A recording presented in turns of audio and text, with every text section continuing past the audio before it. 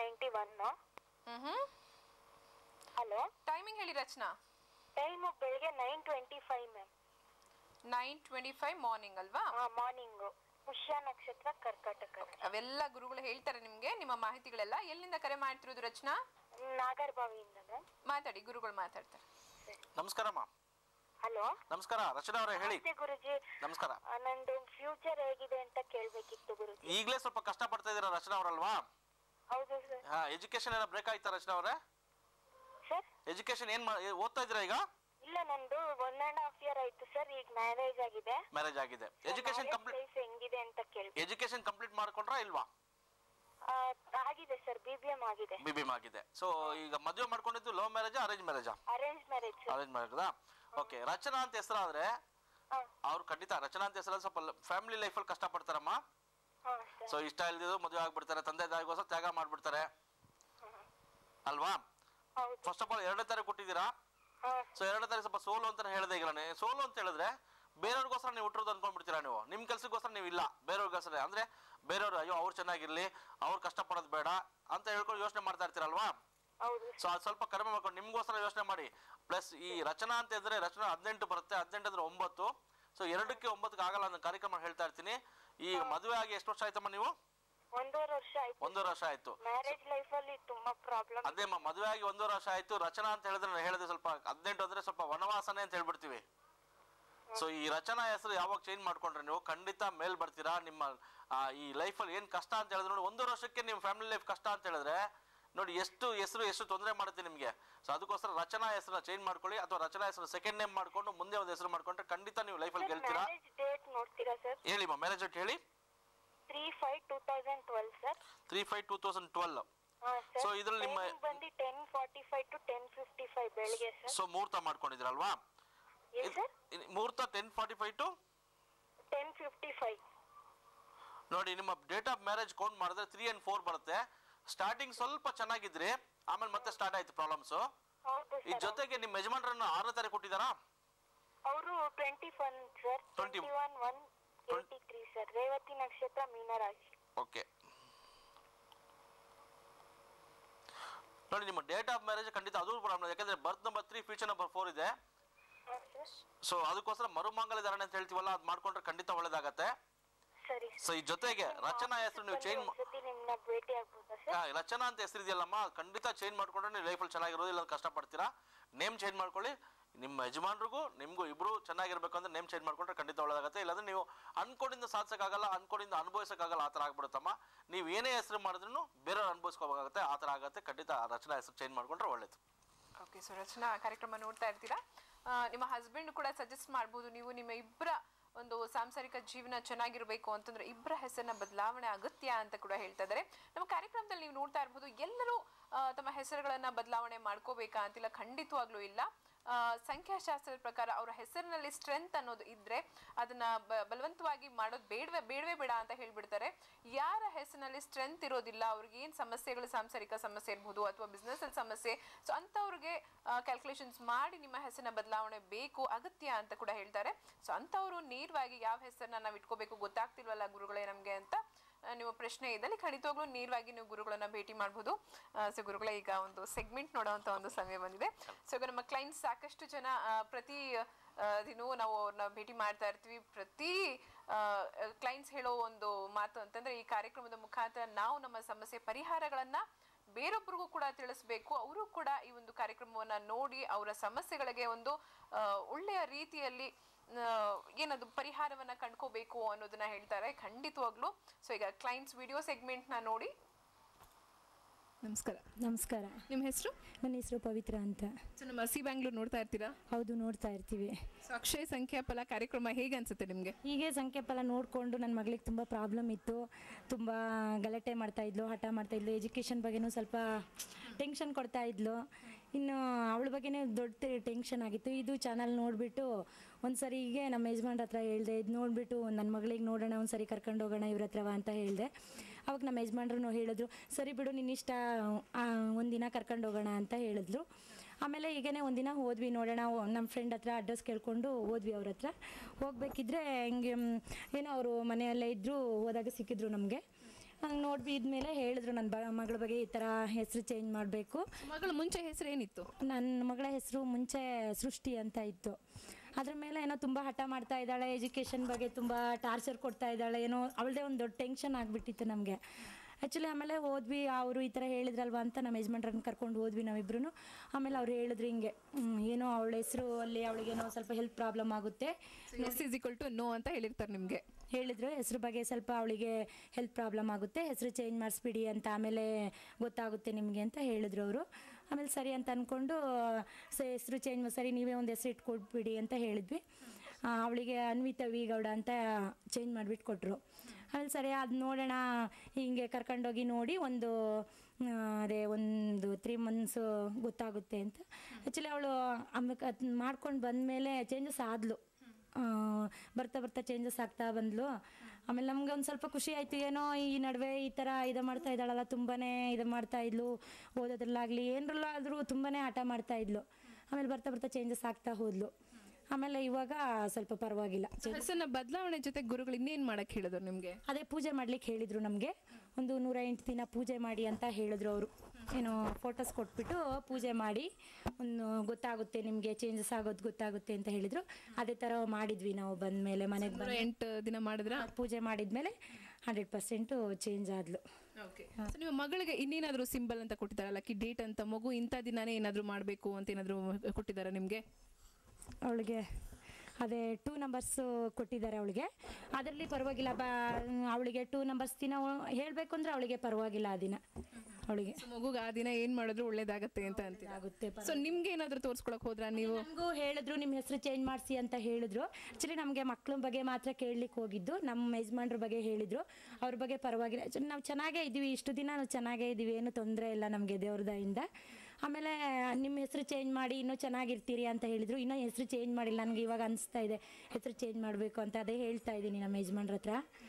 ಇನ್ನು ನೋಡ್ಕೊಂಡು ಒಂದಿನ, ಅದೇ ಇನ್ನೂ ಟೈಮ್ ಆಗಿಲ್ಲ, ಹೋಗಬೇಕು ಒಂದಿನ ಚೇಂಜ್ ಮಾಡಲಿಕ್ಕಾಗಿ. ಆಮೇಲೆ ನನ್ನ ಮಗನಿಗೂ ಅಷ್ಟೇ ಹೆಸರು ಅವನಿಗೆ ವಿಸ್ಮಯ್ ಅಂತ ಇಟ್ಟಿದ್ವಿ. ಅವನಿಗೂ ಹೆಸರು ಚೇಂಜ್ ಮಾಡಿ ನಾಮಕರಣ ಮಾಡಿರಲಿಲ್ಲ, ಇನ್ನು ಚೇಂಜ್ ಮಾಡಿ ಅವನಿಗೆ ಆದೇಶ್ ವಿ ಗೌಡ ಅಂತ ಇಡಿ ಅಂತ ಹೇಳಿದರು. ಅದೇ ಥರ ಇದು ಮಾಡಿದ್ವಿ ನಾವು. ನಮ್ಮ ವ್ಯೂವರ್ಸ್ ಕೊನೆಯದಾಗಿ ಏನು ಹೇಳಕ್ಕೆ ಇಷ್ಟಪಡ್ತೀರಾ? ಅದೇ ಏನು ಅಂತಂದರೆ ನನ್ನ ಮಗಳ ಬಗ್ಗೆ ಹೇಳಬೇಕು ಅಂತಂದರೆ, ನನ್ನ ಮಗಳ ಚೇಂಜ್ ಆಗಿದ್ದು ಬದಲಾವಣೆಯಿಂದ ನಮಗೆ ಖುಷಿಯಾಗಿದೆ. ಅದಕ್ಕೋಸ್ಕರ ಜನಗಳಿಗೆ ಏನು ಹೇಳಬೇಕು ಅಂತಂದರೆ, ಎಲ್ಲರೂ ನೋಡಿ ಅವ್ರ ಹತ್ರ ಹೋಗಿ ಒಂದಿನ. ಮಗಳ ಒಂದು ಎಜುಕೇಶನ್ಗೆ ಏನಾದರೂ ಕೊಟ್ಟಿದ್ದಾರಾ ನಿಮಗೆ? ಎಜುಕೇಷನ್ ಬಗ್ಗೆ ಅದೇ ಎಜುಕೇಷನ್ಗೋಸ್ಕರ $1 ಕೊಟ್ಟಿದ್ದಾರೆ.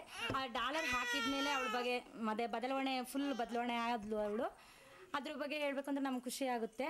ಅದೇ ಜನಗಳ ಹತ್ರ ನೋಡಿಬಿಟ್ಟು ಅದೇ ಥರ ಅವ್ರ ಹತ್ರ ಹೋಗಬೇಕು ಅಂತ ನಾವು ಕೇಳ್ಕೊಳ್ತೀವಿ ಅಷ್ಟೇ.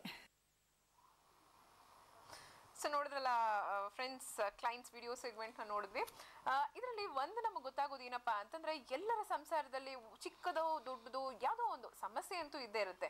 ಆದರೆ ಆ ಸಣ್ಣ ಪುಟ್ಟ ಸಮಸ್ಯೆಗಳು ಕೆಲವೊಮ್ಮೆ ದೊಡ್ಡದು ಕೂಡ ಆಗತ್ತೆ. ಸಣ್ಣ ಪುಟ್ಟ ಸಮಸ್ಯೆಗಳು ಇದ್ದಾಗ ನಾವು ನೇರವಾಗಿ ಗುರುಗಳನ್ನ ಭೇಟಿ ಮಾಡಿ ಅದನ್ನ ದೊಡ್ಡದಾಗಕ್ಕೆ ಬಿಡದೇ ಇದ್ದಾಗ ನಾವು ಕೂಡ ಸಂತೋಷವಾದ ಸುಖಕರವಾದ ಜೀವನವನ್ನ ನಡೆಸಬಹುದು.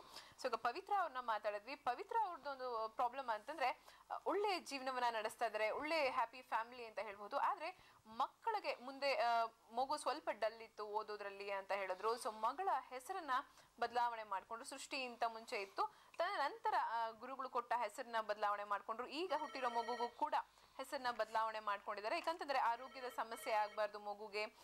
ಸೊ ಹೀಗಾಗಿ ಆರೋಗ್ಯದ ಸಮಸ್ಯೆ ಕೂಡ ಮಗುಗೆ ನಿಂತು ಅಂತ ಕೂಡ ಹೇಳಿದ್ರು.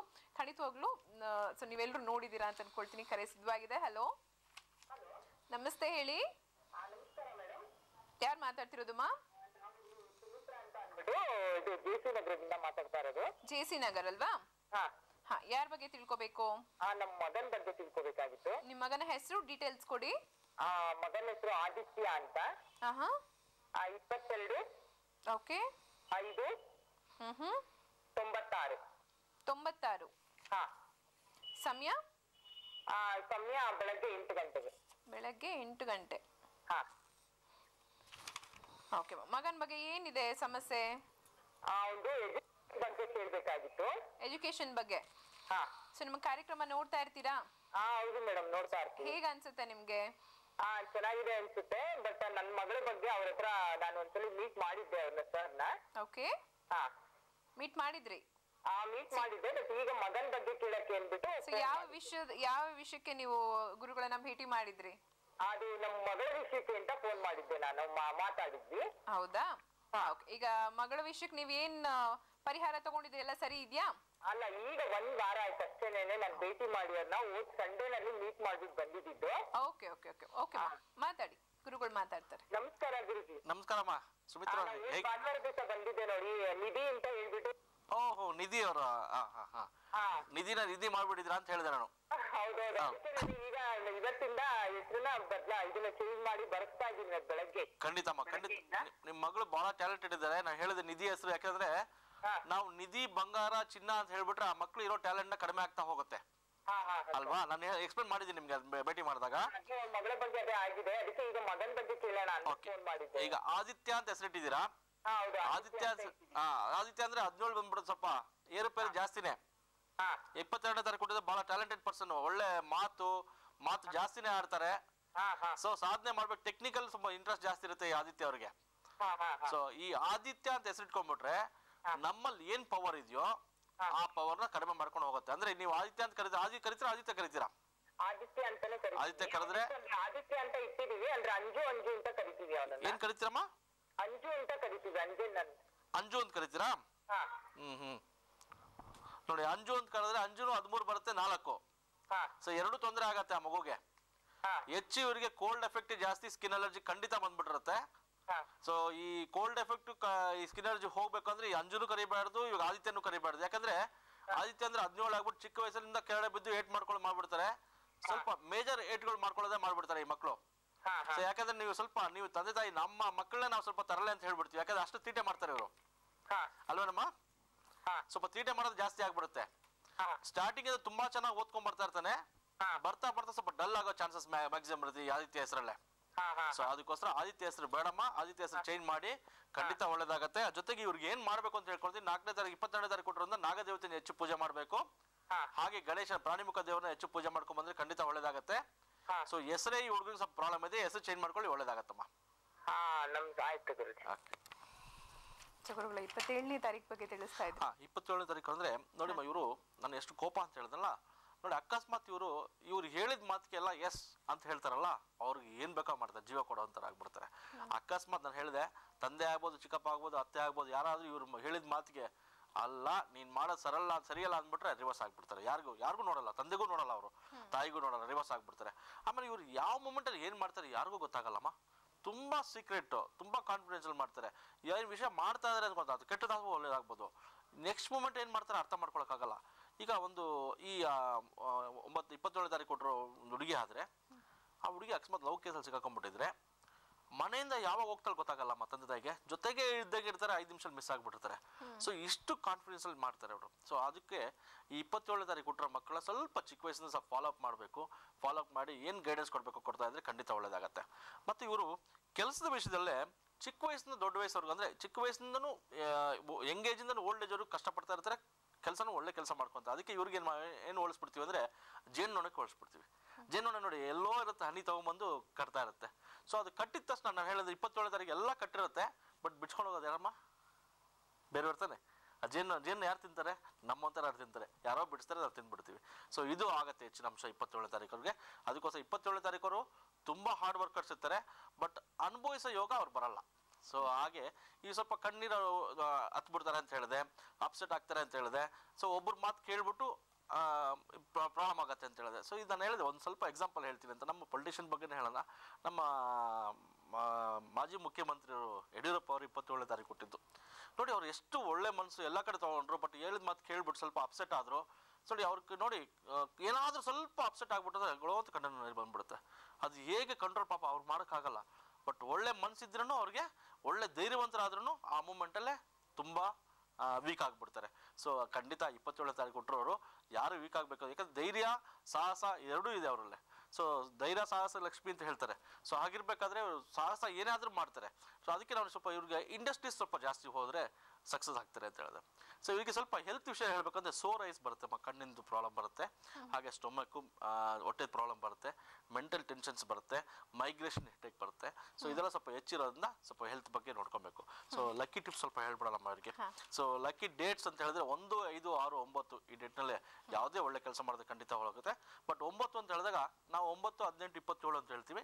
ಬಟ್ 18ನೇ ತಾರೀಕು ಯಾವುದು ಕೆಲಸ ಮಾಡೋದು ಬೇಡ. ಯಾಕಂದ್ರೆ 18 ಅಂದ್ರೆ ನಾವು ವನವಾಸ ಅಂತ ಹೇಳ್ಕೊ ಬರ್ತೀನಿ. ಮಹಾಭಾರತ ಆಗಿದೆ 18 ದಿವಸ ಅಂದ್ರೆ ಸ್ವಲ್ಪ